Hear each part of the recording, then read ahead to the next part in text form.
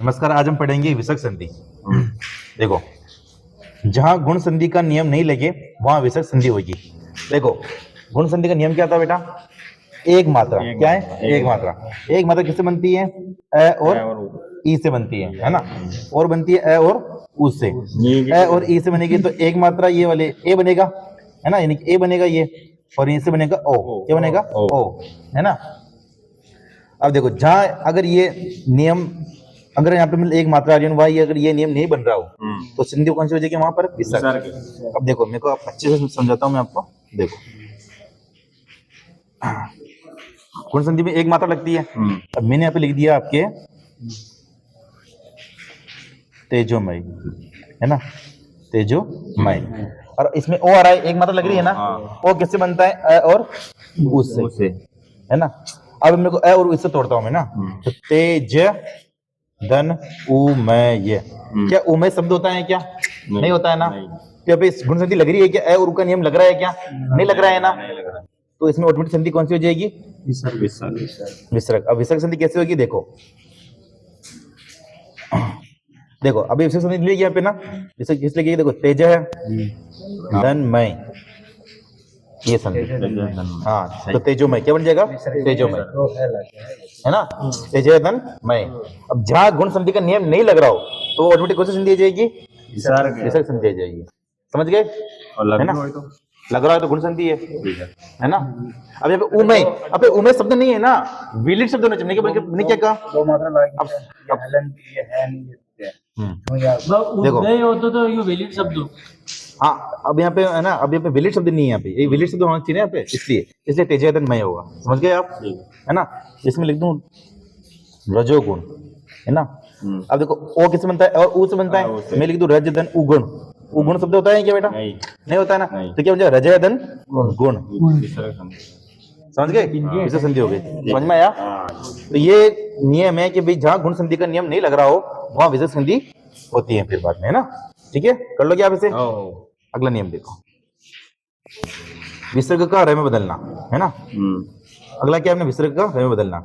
अ आ के अलावा कोई भी स्वर हो, मतलब ये नहीं आना चाहिए, इनके सिवा कोई भी स्वर हो, बाद में कोई स्वर आ जाए, ये किसी वर्ग का तीसरा चौथा पांचवा वर्ण हो या यर लेवा हो तो उसकी जगह पे क्या आ जाएगा? रह आ जाएगा। क्या आ जाएगा? रह आ जाएगा। अब देखो कैसे आएगा? रह, देखो आपको ऐसे ना, वैसे सब ये नहीं याद हो जाएगी ऑटोमेटिक, बाद में सरल लगेगी ये। देखो, जैसे कि धन ये आ रहा है आशीय धन, सुनो क्या आ रहा है? आशीय धन वाद, क्या हो जाएगा?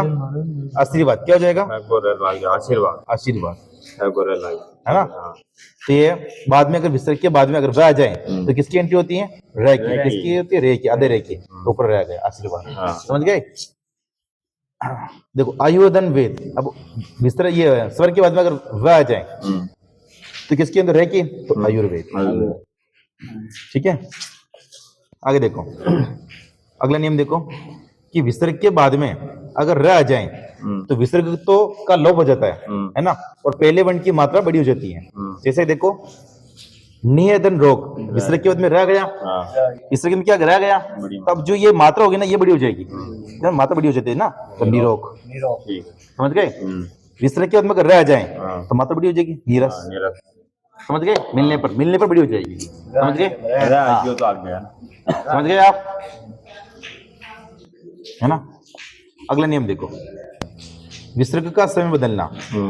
यहाँ पर स्वर हो आगे और स्वर के साथ में विसर्ग लगा हुआ हो, फिर बाद में छ और श आए तो विसर्ग के स्थान पे क्या जाएगा? श। क्या जाएगा? श, है ना? देखो, नियदन चय, विसर्ग के बाद में क्या गया? च, तो विसर्ग की जगह पे क्या आ जाएगा? अब श, तो निश्चय। समझ में आया? विसर्ग की जगह पे श आ जाएगा ना भाई, आधा श आ जाएगा, ये च और ये मैंने हल्ला लगा रखा है, देखो नीचे पे, है ना? निश्चय। समझ में गए? विसर्ग के बाद में च आ गया तो श आ जाएगा, तो निश्चल। समझ में गए? विसर्ग के बाद में अगर श आ जाए, देखो तो भी आधा श आएगा, तो ये श, ये शरीर आ रहा है, ये शरीर, ये शुद्ध शब्द है, ये ज्यादातर ये पूछते हैं ऐसे वाले, है ना? कठिन देगा आपको, ध्यान रखना, है ना? वो तो यश शरीर, है ना? तो संधि कौन सी होगी इसके अंदर? विसर्ग संधि, है ना? समझ में आ रहा है? आगे देखो, स्वर के बाद में अगर त और स आ जाए तो स्वर के स्थान पे क्या आ जाएगा फिर? सॉरी, हाँ, स्वर विसर्ग के स्थान पे स आ जाएगा ना, विसर्ग के स्थान पे ना। देखो, जैसे कि भी ये गया विसर्ग के बाद में अगर त आ गया तो नियदन तार तो विस्तार। अब विसर्ग के बाद में अगर क भी हो, है ना, तो क्या हो जाता है, विसर्ग की जगह पे क्या आ जाएगा, स आ जाएगा। तो बाहदन कर, तो विसर्ग की जगह पे क्या आ जाएगा, भास्कर, है ना। एक और देखो, मैंने लिख दिया नमः धन ते, तो क्या हो जाएगा, नमस्ते। ठीक, विसर्ग के बाद में क्या रहा है, तय, तो विसर्ग के बाद में अगर तय आ जाए तो सही की एंट्री होती है, आधे सही की तो नमस्ते। ठीक है, एक सुनो इधर देखो, नमः धन कार, है ना, तो विसर्ग के बाद में अगर क आ जाए तो किसकी एंट्री होती है, सही की, तो क्या होगा, नमस्कार। समझ में आया? हाँ ये विसर्ग को से बन रहा है। ठीक है, तो ये नियम थे अपने, ये भी वही नियम है तय और पैक वाला, है ना। अब देखो, ई के साथ में विसर्ग, ऊ के साथ में विसर्ग, उसके बाद में क ख ट उ प फ ये आ जाए तो विसर्ग के स्थान पे श का आगमन होता है। देखो जैसे कि निहेदन काम, तो क्या हो गया, निष्काम। धनुधन टंकार, तो धनुष टंकार, है ना, ध्यान रखना। हाँ, आगे देखो, अ के साथ में विसर्ग हो और बाद में क और प आए, विसर्ग में कोई परिवर्तन नहीं होगा। जैसे कि देखो प्रत्यय धन काल, है ना, तो प्रत्यय काल, है ना, प्रत्यय काल।